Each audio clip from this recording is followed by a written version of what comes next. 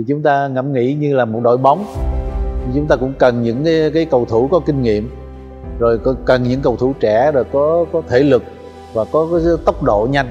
Thì chúng ta trong một doanh nghiệp cũng vậy, cũng phải có nhiều thế hệ, và đó là một sự sắp xếp là coi như là tự nhiên, hết sức tự nhiên và ngày càng trẻ hóa, là để làm chi? Để cho có thể là chúng ta tiếp cận nhanh với công nghệ. Và nếu chúng ta cứ là giữ lấy cái cũ là nó sẽ làm trì trệ và lạc hậu, và thậm chí là không có hiệu quả đối với tổ chức. Làm sao để tất cả mọi người cùng làm? Đó, vai trò của lãnh đạo là chỗ đó, thì phải làm gương trong cái việc học tập.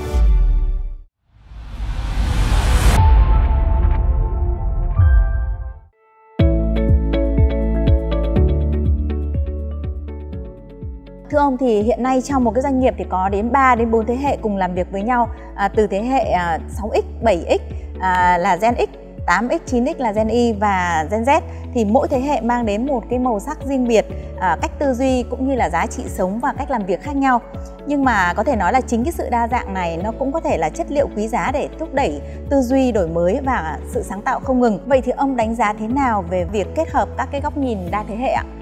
Vitaco chúng ta đã qua gần 30 năm hình thành và phát triển, và từ một doanh nghiệp sửa chữa ô tô cho đến một tập đoàn công nghiệp đa ngành, thì phải nói là rất là nhiều ngành nghề và nhiều thế hệ đã làm việc. Từ lúc khởi nghiệp là 30-40 tuổi đến nay là cũng đã 60-70 tuổi rồi, thì quá trình đó là phát triển lực lượng nhân sự rất là nhiều, và đặc biệt là nhân sự dưới 30 tuổi. Thì 5 năm trước là họ chỉ chiếm khoảng 50% thôi, là lực lượng nhân sự ngày càng trẻ hóa. Thì tại sao vậy? Bởi vì chúng ta đã đa ngành, từ ô tô cho tới công nghiệp cơ khí và công nghiệp hỗ trợ, rồi logistics, rồi nông nghiệp, đầu tư xây dựng, rồi thương mại dịch vụ vân vân. Thì ở mỗi lĩnh vực lại có những cái đặc thù nhân sự rất là khác nhau. Nhưng đối với Thisho, thương mại dịch vụ là nhân sự rất trẻ và cần như thế. Thì chúng ta ngẫm nghĩ như là một đội bóng, chúng ta cũng cần những cái cầu thủ có kinh nghiệm, rồi cần những cầu thủ trẻ, rồi có thể lực và có cái tốc độ nhanh, thì mới đạt được cái thành công. Thì chúng ta trong một doanh nghiệp cũng vậy, cũng phải có nhiều thế hệ, và đó là một sự sắp xếp là coi như là tự nhiên, hết sức tự nhiên và ngày càng trẻ hóa, là để làm chi? Để cho có thể là chúng ta tiếp cận nhanh với công nghệ. Bởi vì khoa học công nghệ và ngày càng phát triển như vũ bão, và cái đó là chúng ta không thể là khoanh tay đứng nhìn, mà cũng phải tận dụng nó như là một cái công cụ để gia tăng năng suất, giảm chi phí ở trong doanh nghiệp. Với sự phát triển của số hóa đó, thì chúng ta rất cần những cái lực lượng thế hệ trẻ mà có thể nắm bắt nhanh, thì đó chính là những nhân sự ở Gen Z. Chúng ta có cả 6X, 7X làm việc chung với 8X, 9X và đặc biệt là Gen Z, rồi sau Gen Z là tới những cái gen khác nữa, Alpha, Beta gì đó, thì chúng ta thấy các cái nhà nghiên cứu người ta cũng chỉ ra rồi. Thì chúng ta phải nói là không thể nào mà một doanh nghiệp là chỉ có một thế hệ được, mà quá trình phát triển là rất là dài.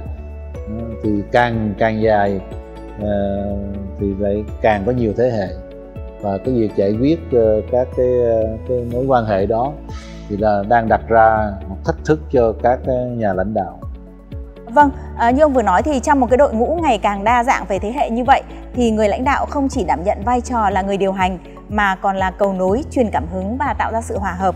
Vậy thì theo ông thì làm thế nào để người lãnh đạo có thể quản trị hiệu quả đội ngũ đa thế hệ với những cái khác biệt về phong cách làm việc? Theo ông thì tố chất quan trọng nhất để thực hiện tốt cái vai trò này là gì ạ? Thì người lãnh đạo như chúng ta biết đó là dẫn dắt, thì đó là những người tạo ảnh hưởng cho những người khác và tạo động lực, truyền cảm hứng cho cán bộ nhân viên. Thì cái thách thức của họ hiện nay chính là làm sao để kết nối được các thế hệ trong cùng một tổ chức của một doanh nghiệp. Thì cái tố chất quan trọng nhất là đối với các nhà lãnh đạo đó là phải làm gương. Cái sự làm gương ở đây tức là sẵn sàng chấp nhận, là thay đổi chính mình, đặc biệt là thay đổi tư duy để nắm bắt được những cái mới mẻ, đặc biệt là nắm bắt những cái công nghệ để có thể áp dụng vào trong sản xuất kinh doanh hay là trong quản trị. Mà vốn dĩ là trước đây chúng ta thấy những cái quy trình đó là đúng đắn, nhưng mà bây giờ là có những cái công cụ mới rồi, có những công nghệ mới như là trí tuệ nhân tạo chẳng hạn, thì mỗi cái đều phải thay đổi. Và nếu chúng ta cứ là giữ lấy cái cũ là nó sẽ làm trì trệ và lạc hậu, và thậm chí là không có hiệu quả đối với tổ chức. Mở rộng ra trên thế giới, ví dụ như nước Nhật chẳng hạn, được nổi tiếng là kỷ luật, và chính nhờ vậy thì nó mới phát triển công nghiệp. Mà chúng ta là tập đoàn công nghiệp đa ngành thì không thể nào là không có kỷ luật.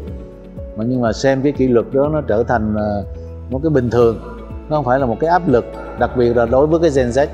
Gen Z vào Thaco thì cũng sẽ thấy cái chuyện đó là đúng, cần thiết, và nó trở thành cái văn hóa. Và chúng ta cần làm sao để truyền đạt cho các bạn nó thấy là cái chuyện đó là cũng nhẹ nhàng thôi, và chúng ta ngày càng không có tạo ra một cái áp lực lớn đối với mọi người, mà phải nên hướng dẫn là vì sao chúng ta phải làm như vậy.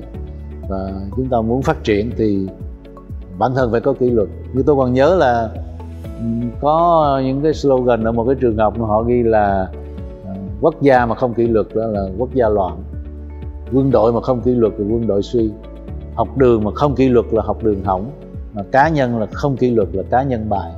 Cho nên chúng ta phải thấy cái kỷ luật là rất là quan trọng để phát triển. Có thể nói là hiện nay chúng ta đang sống trong một cái thời đại mà công nghệ, dữ liệu và tốc độ thay đổi đang diễn ra từng ngày từng giờ. Và như vậy thì cái điều này nó không chỉ tạo áp lực cho doanh nghiệp mà nó cũng tạo ra áp lực cho từng cá nhân, khi mà mỗi thế hệ có cái mức độ thích nghi và với công nghệ khác nhau. Theo ông thì thách thức lớn nhất hiện nay trong quản trị nhân sự đa thế hệ tại Thaco là gì, và đâu là cơ hội vàng để chúng ta nắm bắt ạ? Khi mà công nghệ phát triển là buộc chúng ta phải học hỏi, rồi chuyển đổi số, rồi đổi mới sáng tạo thôi, rồi phát triển khoa học công nghệ. Nhưng nếu mà những cái đó mà không học làm sao mà biết được. Học là để gì? Để có kiến thức. Mà muốn thành công là phải có, trước hết là muốn làm gì phải có kiến thức đúng, và sau đó là phải làm ngay những gì mình có thể làm được, và làm sao để tất cả mọi người cùng làm. Thì đó, vai trò của lãnh đạo là chỗ đó, thì phải làm gương trong cái việc học tập. Mặc dù anh 60-70 tuổi đó, anh phải đi học lại. Đừng có nói là phải đủ điều kiện, đủ cơ hội rồi chúng ta mới làm, mà phải làm ngay những gì có thể làm được với cái điều kiện hiện nay, rồi làm sao để cho cái lan tỏa ra cái văn hóa học tập tất cả mọi người, và áp dụng ngay cái chuyển đổi số vào.